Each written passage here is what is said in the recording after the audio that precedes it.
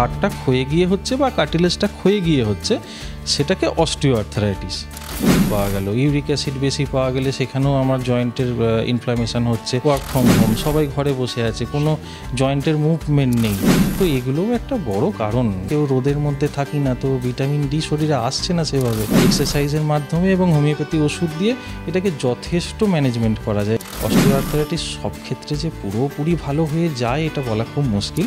সকালে উঠে একটু হাঁটুন না, 30 মিনিট একটু হেঁটে আসুন, মর্নিং ওয়াক করুন, একটু ফ্রি হ্যান্ড এক্সারসাইজ করুন, একটু হাঁটুর যত্ন নিন, হাঁটুও ভালো থাকবে। This program is brought to you by NP Dutt and Son. নমস্কার, অনেক স্বাগত আপনাদেরকে পুনরায় আমাদের এই পর্দায়। দেখুন, আপনাদের আরও একটি বিষয়ে নিয়ে যেটি আজকে মূলত আলোচনা করার, সেটি হচ্ছে আমার আপনার প্রত্যেক দিনের দৈনন্দিন জীবনে চলার পথে অন্যতম সমস্যা হয়ে দাঁড়ানো, সেটি হচ্ছে আর্থারাইটিস। আমরা সবসময় দেখি যে তিনি 80 ঊর্ধ্ব হোক কিংবা 60 ঊর্ধ্ব, কিংবা অনেক সময় কম বয়সী বহু মানুষের মধ্যেই এই আর্থারাইটিস বা বাতের যে সমস্যা, সেটি কিন্তু বর্তমানে দাঁড়িয়ে বড়সড় একটি সমস্যা হয়ে দাঁড়িয়েছে। সেই সব নিয়ে আজকে আলোচনার করার পালা। মূলত আজকে যে বিষয়টি নিয়ে আমরা আলোচনা করব সেটা হচ্ছে হাঁটু সংক্রান্ত যে বাত বা আর্থারাইটিস, সেই বিষয় নিয়ে।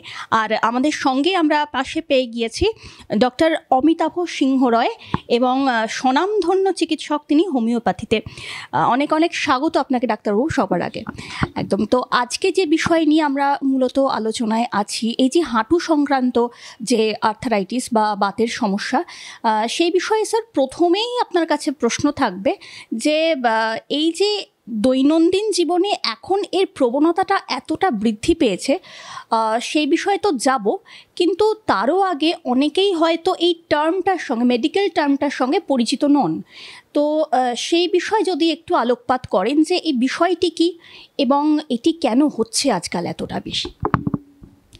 আর্থারাইটিস বা অস্টিও আর্থারাইটিস যেটা আজকের আলোচ্য বিষয়, তাছাড়া আর্থারাইটিস একটা বাংলা কথা, বাত মানে ব্যথা, যেটা আমরা সবাই বুঝি। কোনো জয়েন্টের ব্যথা হলো, কোনো একটা জায়গাতে ফুলে গেল, যন্ত্রণা হলো, ব্যথা হলো, সেটা আর্থারাইটিস, সেটাকেই বলা হচ্ছে। তো আর্থারাইটিস অনেকগুলো টাইপের হতে পারে। সেটা অস্টিও আর্থারাইটিস হতে পারে, রিউমাটয়েড আর্থারাইটিস হতে পারে, বা গাউট হতে পারে, বা আদার্স যে আর্থারাইটিসগুলো আছে সেগুলো হতে পারে। তো অস্টিও আর্থারাইটিস মূলত কি? অস্টিও আর্থারাইটিস হচ্ছে যে জয়েন্টের কার্টিলেজগুলো রয়েছে, বা যে দুটো হাড়ের জয়েন্ট, সেখানে কিছু কার্টিলেজ, সেখানে কিছু ফ্লুইড, সেই জায়গাগুলো যখন নষ্ট হয়ে যাচ্ছে, কার্টিলেজগুলো ভেঙে যাচ্ছে, কার্টিলেজগুলো ভঙ্গুর হয়ে যাচ্ছে, নষ্ট হয়ে যাচ্ছে, এবং হাড়গুলো ক্ষয়ে যাচ্ছে, যার ফলে দুটো হাড় এসে জোড়া লেগে ফ্রিকশন হচ্ছে বা ঘর্ষণ হচ্ছে, যেখান থেকে একটা ইনফ্লামেশন অর্থাৎ প্রদাহ তৈরি হচ্ছে এবং ব্যথা যন্ত্রণার সৃষ্টি হচ্ছে। মুভমেন্ট করাটা একটু সমস্যাদায়ক হয়ে উঠছে, ওঠা বসা, দৈনন্দিন হাঁটা চলা, যেগুলো কষ্টকর হয়ে উঠছে, সেটাকেই তখন আর্থারাইটিসের মধ্যে ফেলা হচ্ছে। এবার যেটা হাড় ক্ষয়জনিত বাত, হাড়টা ক্ষয়ে গিয়ে হচ্ছে বা কার্টিলেজটা ক্ষয়ে গিয়ে হচ্ছে, সেটাকে অস্টিও আর্থারাইটিস। অস্টিও আর্থারাইটিস ছাড়াও যে আর্থারাইটিসগুলো, যেমন রিউমাটয়েড আর্থারাইটিস, এটা একটা অটো ইমিউন ডিসঅর্ডার। এখানে হাড় ক্ষয়জনিত কোনো ব্যাপার নাও থাকতে পারে, এটা অটো ইমিউন জেনেটিক্যালি আসতে পারে, ব্লাডের আরএ ফ্যাক্টর যেখানে বেশি পাওয়া যায়, বা যদি ইউরিক অ্যাসিড বেশি পাওয়া গেল, ইউরিক অ্যাসিড বেশি পাওয়া গেলে সেখানেও আমার জয়েন্টের ইনফ্লামেশন হচ্ছে। স্পেসিফিক্যালি এগুলো ফিঙ্গার জয়েন্ট, ছোট ছোট জয়েন্টগুলোতে হতে পারে। বা যদি দেখা গেল ব্লাড টেস্টে এএসও টাইটার বেশি পাওয়া গেল, স্ট্রেপ্টোকক্কাল ইনফেকশন, সেখান থেকে একটা আর্থারাইটিস। সেখান থেকে রিউম্যাটিক ফিভার, অ্যাকচুয়ালি সেখানে শুধু ব্যথা নয়, তার সাথে কিছুটা জ্বর থাকতে পারে বা আদার্স সমস্যাগুলো থাকতে পারে। তো সেগুলো আদার্স পার্ট। আর অস্টিও আর্থারাইটিসটা মূলত হাড় ক্ষয়জনিত বাত। আর সবথেকে বেশি, বর্তমানে সবথেকে বেশি যেটা যে জয়েন্টটা অ্যাফেক্টেড, হাঁটুতেই বেশিরভাগ মানুষের সমস্যা। তো হাঁটু ছাড়াও কিন্তু হিপ জয়েন্ট বা লাম্বার স্পাইনেও অস্টিও আর্থারাইটিস হতে পারে, কিন্তু 98% কেস হাঁটুতেই হচ্ছে। এবং সেই সংক্রান্ত বিষয়ে আমরা দেখতে পাচ্ছি যে এখন মানে যদি গত 5 বছরের হিসাব দেখি, তাহলে এই যে এই প্রবণতাটা অনেকটাই বেড়ে গিয়েছে, তো এর কারণগুলো কি কি? এটা একদমই ঠিকই বলেছেন। মানে আজকে 2025-এ দাঁড়িয়ে যে পরিমাণ অস্টিও আর্থারাইটিসের কেস পাচ্ছি, বোধহয় 5 বছর আগে এত কেস অস্টিও আর্থারাইটিস ছিল কি না এটা খুব মানে ভেবে চিন্তে বলতে হবে। বর্তমান দিনে মানে বোধহয় ক্লিনিকে এসে বসলে মোস্ট অফ দ্য পেশেন্ট হাঁটুর ব্যথা, এবং প্রত্যেকটা বাড়িতে বোধহয় এমন কোনো বাড়ি নেই যার বাড়িতে কেউ একজন হাঁটু ব্যথার রোগী নেই। তো এই যে বেড়ে যাওয়ার প্রবণতা, এর পেছনে অনেকগুলো কারণ থাকতে পারে, শুধু একটা কারণ তো বলা যায় না। অস্টিও আর্থারাইটিস মূলত বয়সজনিত একটা রোগ।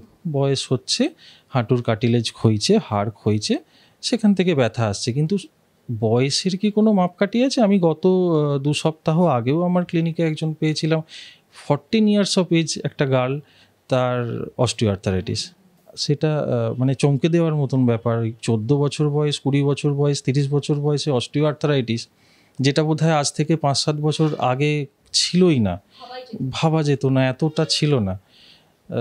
এজ রিলেটেড ফ্যাক্টর ছাড়াও আর একটা বড় ফ্যাক্টর হয়ে দাঁড়াচ্ছে আমাদের দৈনন্দিন জীবনযাত্রা। আমরা এতটা ল্যাথার্জিনেস বসে যাচ্ছে আমাদের মধ্যে যে পরিশ্রম নেই, হাঁটা চলা নেই, কোনো পরিশ্রম নেই। আজকালকার বাচ্চারা খেলাধুলা করছে না, একটা বসে বসে কাজ করার প্রবণতা। এবং আফটার কোভিড তো এটা আরও সব থেকে বেড়েছে, যে ওয়ার্ক ফ্রম হোম, সবাই ঘরে বসে আছে, কোনো জয়েন্টের মুভমেন্ট নেই। তো এগুলোও একটা বড় কারণ। এবং কোভিডের পর থেকে মানুষের দৈনন্দিন জীবনযাত্রায় এতটা পরিবর্তন হয়েছে, এবং শুধু কোভিডটাই এতটা পরিবর্তন এনে দিয়েছে যে কোভিডের পর থেকে অস্টিও আর্থারাইটিসটা সত্যিই খুব বেড়ে গেছে। তাছাড়াও যেটা ফিমেল পেশেন্টরা একটু বেশি অস্টিও আর্থারাইটিসে ভোগেন, সেটা কিছুটা হরমোনাল ফ্যাক্টর তার মধ্যে থাকে। ইস্ট্রোজেন হরমোন কমে যাওয়ার ফলে ক্যালসিয়াম ডিপোজিশন হয় না, বোন ডেন্সিটি কমতে থাকে। সেটা মেনোপজের পর থেকে হতে থাকে, বা যাদের হিস্টেরেক্টমি অপারেশন হয়েছে তাদের ক্ষেত্রেও একটা প্রবণতা এসে যায়। আর একটা বড় ব্যাপার, আমাদের ভিটামিন ডি, যে ক্যালসিয়ামটা অ্যাবজর্পশন করাবে ভিটামিন ডি, এটা কখনোই ওই সিনথেটিক্যালি খেয়ে খেয়ে এটার কিছু সমাধান করা যায় না। আমাদের রোদে বেরোতে হবে। বেশিরভাগই তো সকাল থেকে রাত কেউ রোদের মধ্যে থাকি না, তো ভিটামিন ডি শরীরে আসছে না সেভাবে, ক্যালসিয়াম ডিপোজিশন কমছে, বোন ডেন্সিটি কমছে। এগুলো একটা বড় কারণ হয়ে দাঁড়িয়েছে। বেসিক সিমটমগুলো কি? মানে যারা দর্শক আছেন তাদের মধ্যে অনেকেই প্রশ্ন এই করেছেন, বা তাদের মনের মধ্যে এটা সংশয় থেকে থাকে যে বুঝবো কি করে কোনো একটা সমস্যা হলে, তো সেটা যদি একটু আলোচনা করেন। হ্যাঁ, প্রথমে তো আর্থারাইটিস একটা পেন। প্রথমে আমি যদি হাঁটুর আর্থারাইটিসের কথা বলি, তো একটা যন্ত্রণা, একটা অস্বস্তি, নিচে বসলে উঠতে পারছি না, সিঁড়ি দিয়ে উঠতে গেলে কষ্ট হচ্ছে। আরও একটা স্পেসিফিক খুব ভালো সিমটমস পাওয়া যায়, সেটা পেশেন্ট নিজেই বুঝতে পারে। সিঁড়ি দিয়ে উঠছে, একটা হাঁটুর ভেতর ক্র্যাকিং সাউন্ড, কর কর করে একটা আওয়াজ। বসা ওঠা করছি, অনেকে এসে বলেন যে আমার তো কোনো ব্যথা নেই, কষ্ট নেই, কিন্তু হাঁটুর ভেতরে একটা কর কর করে আওয়াজ হচ্ছে, এই ক্র্যাকিং সাউন্ড। এটা কিন্তু অস্টিও আর্থারাইটিসের একটা খুব বড় সিমটমস। দুটো হাড় যখন ফ্রিকশান হচ্ছে, এই আওয়াজটা আসছে।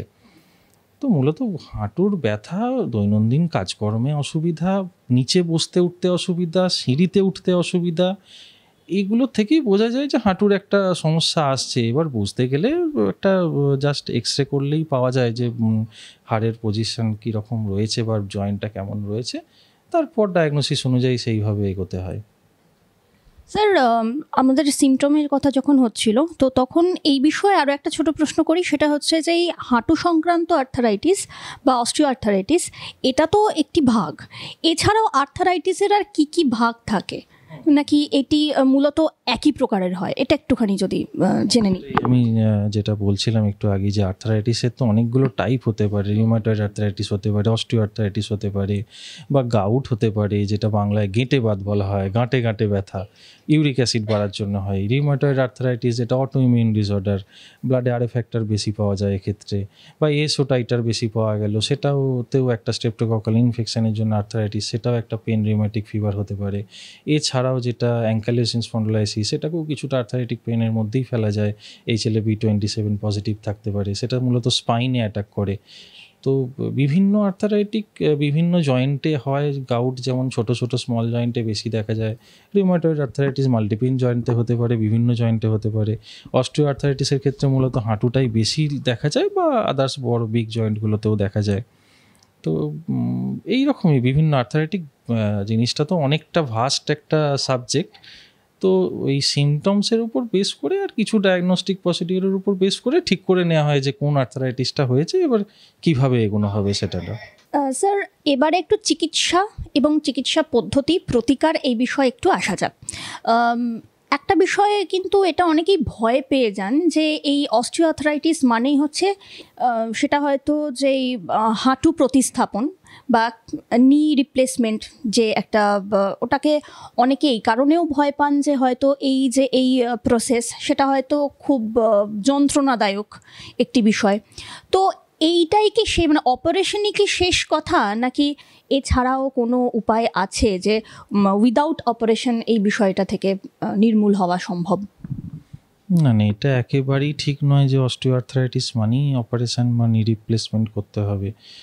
এটা একটা পার্ট অফ ট্রিটমেন্ট। হ্যাঁ, অস্টিওআর্থ্রাইটিসের ক্ষেত্রে কিছু ক্ষেত্রে নি রিপ্লেসমেন্ট প্রয়োজন হয়, করার প্রয়োজন আছে, কিন্তু এটাই নয় যে অস্টিওআর্থ্রাইটিস মানেই নি রিপ্লেসমেন্ট করতে হবে। অস্টিওআর্থ্রাইটিস একটা ডিজিজ যেটাকে ম্যানেজমেন্টের মাধ্যমে ভালো রাখা যায়। আপনার প্রাথমিক ব্যথা শুরু হলো, জাস্ট শুরু হয়েছে, অস্টিওআর্থ্রাইটিস গ্রেড 1, গ্রেড 2, গ্রেড 3-তে গিয়ে পৌঁছাতে পারে, গ্রেড 1 আপনার শুরু হয়েছে।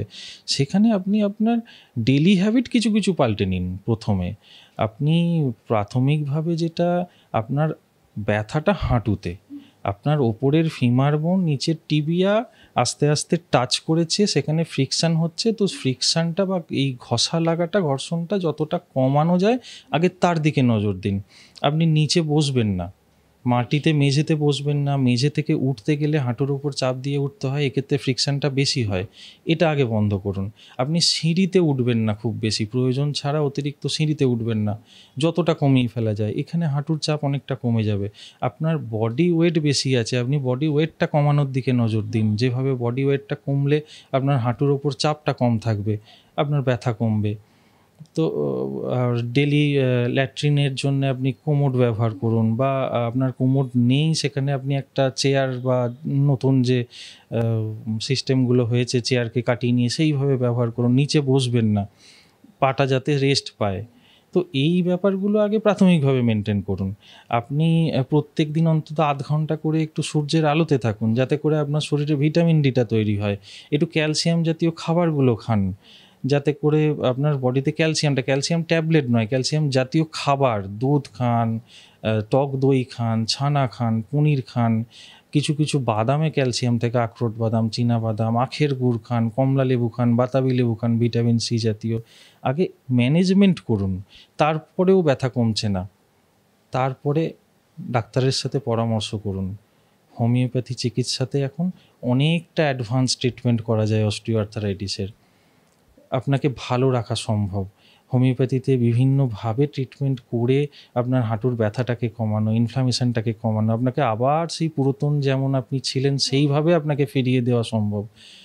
তো নি রিপ্লেসমেন্ট একদম শেষকালে, আপনার হাঁটু একদম বেঁকে গেছে, আপনি হাঁটতে পারছেন না, বিছানা থেকে উঠতে পারেন না, কোনো ওষুধে কাজ হচ্ছে না, তখন সেটা অর্থোপেডিক সার্জনদের সাবজেক্ট, আমাদের হোমিওপ্যাথদের সাবজেক্ট না। তো সেটা তখনের ব্যাপার। কিন্তু তার আগে আমার তো মনে হয় 90 to 98% অস্টিওআর্থ্রাইটিস কেস মেডিসিন দিয়ে ভালো রাখা সম্ভব। ডায়েটারি হ্যাবিট চেঞ্জ করে, ডেলি রুটিন চেঞ্জ করে, ম্যানেজমেন্টের মাধ্যমে বা এক্সারসাইজের মাধ্যমে এবং হোমিওপ্যাথি ওষুধ দিয়ে এটাকে যথেষ্ট ম্যানেজমেন্ট করা যায় এবং পেশেন্টকে খুব ভালো রাখা যায়। স্যার, পরের প্রশ্নটা ঠিক এই দিকেই আসছে যে হোমিওপ্যাথি চিকিৎসা পদ্ধতিতে এই আর্থারাইটিস থেকে মুক্তির কি কি উপায় রয়েছে এবং আপনি কি সাজেস্ট করবেন দর্শকদের? আমি তো অবশ্যই সাজেস্ট করব, ফার্স্ট যখন আপনার অস্টিওআর্থ্রাইটিস দেখা গেছে, আপনি ডায়াগনোসিস করে ফেলেছেন, আপনার এক্সরে হয়েছে, অস্টিওআর্থ্রাইটিস হয়েছে, ফার্স্ট ম্যানেজমেন্টগুলো স্টার্ট করুন। যে ম্যানেজমেন্টগুলো বললাম সেগুলো আগে প্রাথমিকভাবে আপনি শুরু করুন। তাতে দেখুন অনেকটা পেন আপনার রিলিফ হচ্ছে। তারপরে আপনি হোমিওপ্যাথি ডাক্তারবাবুর কাছে যান। হোমিওপ্যাথি চিকিৎসাটা অ্যাকচুয়ালি ইন্ডিভিজুয়ালাইজেশন চিকিৎসা। এটা রোগের ওপর নয়, রোগীর ওপর ডিপেন্ড করে। তো পেশেন্টের অ্যাজ এ হোল সিমটমসের ওপর বেস করে ডাক্তারবাবু বিভিন্ন ওষুধ ব্যবহার করবেন। সেক্ষেত্রে আমাদের যে ওষুধগুলো ব্যবহার হয়, রুট্রাগ্যাভিওনালিস খুব ভালো কাজ দেয়, আর্নিকা মন্টেনা খুব ভালো কাজ দিতে পারে, গলথেরিয়া খুব ভালো কাজ দেয়, বা খুব ভালো এখন নতুন ওষুধ একটা ওষুধ অস্টিওআর্থারাইটিক নোসোড, এটাও খুব অনেক ক্ষেত্রেই খুব ভালো সাকসেস রেট আছে। জ্যাকারান্ডা ক্যারো বা মাদার টিংচার, এটাও খুব ভালো কাজ হয় হাঁটুর ব্যথাতে। তো বিভিন্ন ওষুধ রয়েছে, রাস্টক্সিকোডেনড্রন, লিডাম, সেটা ডিপেন্ড করবে পেশেন্টের ওপর। এটা নয় যে অস্টিওআর্থারাইটিস মানেই এই মেডিসিনটা এটাই কাজ করবে, সেটা ডিপেন্ড করবে পেশেন্টের অ্যাজ এ হোল সিমটমসের উপর ডিপেন্ড করে ডাক্তারবাবু সেই ওষুধটা ঠিক করবেন। তবে হোমিওপ্যাথিক ম্যানেজমেন্টে যেটা দেখছি বা দেখেছি, তাতে করে ওষুধের সাথে ম্যানেজমেন্ট করে পেশেন্ট খুবই ভালো থাকে, ব্যথা যন্ত্রণা থাকে না, ডেলি হ্যাবিট খুব ভালোভাবে সব কিছু করতে পারে, ভালোভাবে চলে যায় দিনটা। তবে অস্টিওআর্থারাইটিস ডিজেনারেটিভ ডিজিজ, এটা তো প্রথমেই অস্টিওআর্থারাইটিসের মানেই ডিজেনারেটিভ, হাড় ক্ষয়ছে। তো সেই জায়গাটাকে নজর দিতে হবে। শুধু মেডিসিন খাচ্ছি আমি ভালো হয়ে যাব, সুস্থ হয়ে যাব, আর কোনো দিন কিছু সমস্যা থাকবে না, এটা বললে হবে না। আমার ম্যানেজমেন্টগুলো ঠিক করে করতে হবে, হাঁটুর ওপর চাপটা কমাতে হবে, তার সাথে মেডিসিন খেতে হবে, ভালো থাকবেন। অস্টিওআর্থারাইটিস সব ক্ষেত্রে যে পুরোপুরি ভালো হয়ে যায় এটা বলা খুব মুশকিল, তবে ভালো থাকা যায়। স্যার এখান থেকে আর একটা প্রশ্ন দর্শকদের মনে হতেই পারে যে এখান থেকে কি পুরোপুরিভাবে নির্মূল হওয়াটা কি সম্ভব, নাকি কখনো না কখনো এটি আবার ফিরে আসতে পারে? একবার অস্টিওআর্থারাইটিস ডেভেলপ করে গেছে মানে হাড় ক্ষয়তে আরম্ভ করেছে, তো সেখান থেকে পুরোপুরি ফিরে আসাটা খুব কঠিন। ভালো থাকা সম্ভব। আপনি যে অবধি আপনার হাঁটুর হাড় ক্ষয়েছে, যেখান পর্যন্ত আপনার রোগটা এগিয়েছে, সেখান থেকে আর যাতে না এগোয় সেই জায়গাটা বেশি কনসেন্ট্রেশন করতে হবে। আর যাতে সমস্যাটা না বাড়ে সেই জায়গাগুলোকে চিকিৎসার মাধ্যমে, হোমিওপ্যাথি ওষুধের মাধ্যমে, ম্যানেজমেন্টের মাধ্যমে সেই জায়গাগুলোকে ঠিক করা যায়। তবে হ্যাঁ, এরকম হয়েছে ভালো হয়ে গিয়ে আবার কিছুদিন পর আবার ব্যথা বাড়ছে, তখন কিছুটা কখনো কন্টিনিউ মেডিসিনের মধ্যে রাখতে হয় পেশেন্টকে। আবার এমনও নয় যে কন্টিনিউয়াস মেডিসিন সবাইকেই খেয়ে যেতে হচ্ছে। একটা লেন্দি কয়েকটা মান্থসের চিকিৎসার পরে সে দেখা গেল সম্পূর্ণ সুস্থ থাকলো, সেই ম্যানেজমেন্টটা খুব ভালোভাবে মেনটেন করলো, সেই এক্সারসাইজগুলো ডেলি রুটিনে ভালোভাবে করলো, ভালো আছে, তাকে আর মেডিসিন খেতে হচ্ছে না, সে সম্পূর্ণভাবে ভালো আছে, ভালো থাকা সম্ভব। স্যার, এই ক্ষেত্রে আমরা জানি যে হোমিওপ্যাথি চিকিৎসা পদ্ধতি এটা পুরোপুরি পর্যবেক্ষণ এবং সিদ্ধান্তের উপরে নির্ভর করে।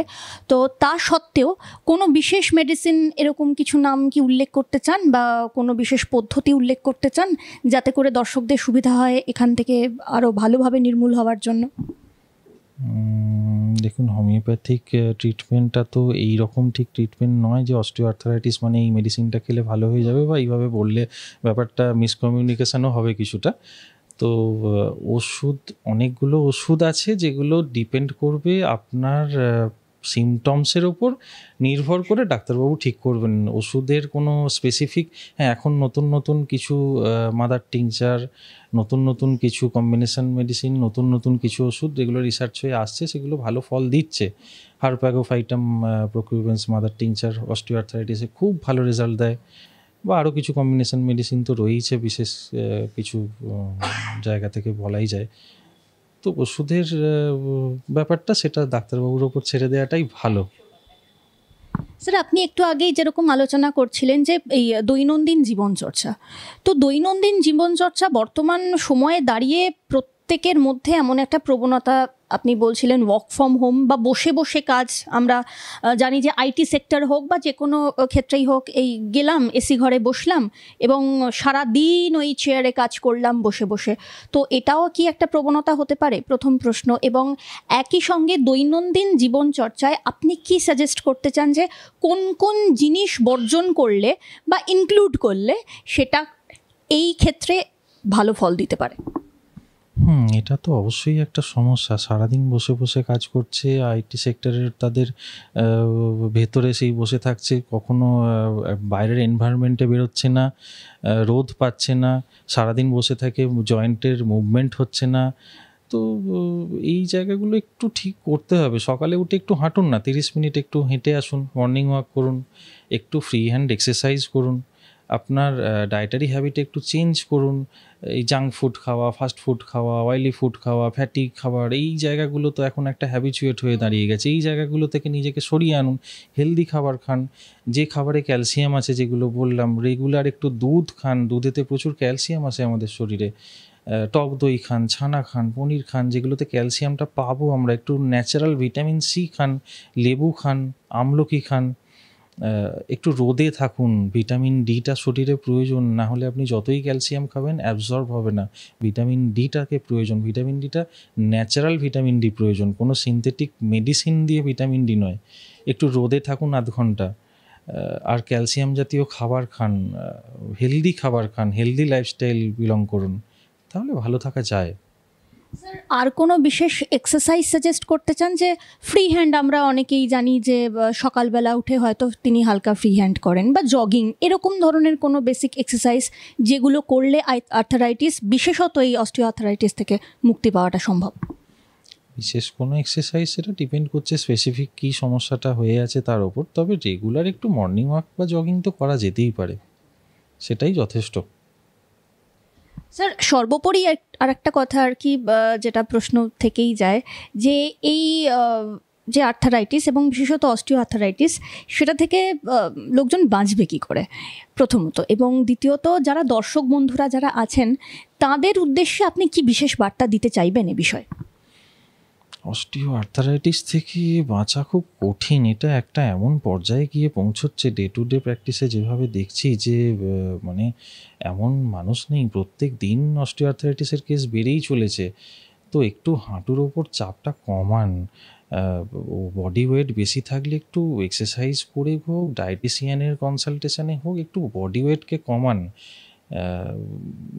হাঁটুর ওপর বেশি চাপ, মানে বারে বারে অহেতুক সিঁড়ি দিয়ে ওঠানামা করা, নিচে বসা ওঠা করা, বা খুব চাপ যাতে ভারী জিনিস বয়ে নিয়ে যাওয়া, এগুলোকে একটু কমিয়ে আনুন। আপনার শরীর বুঝে চলুন। আপনি ক্যালসিয়াম জাতীয় খাবারগুলো রেগুলার ইনটেক করুন, তাহলেই কিছুটা বাঁচা যায়।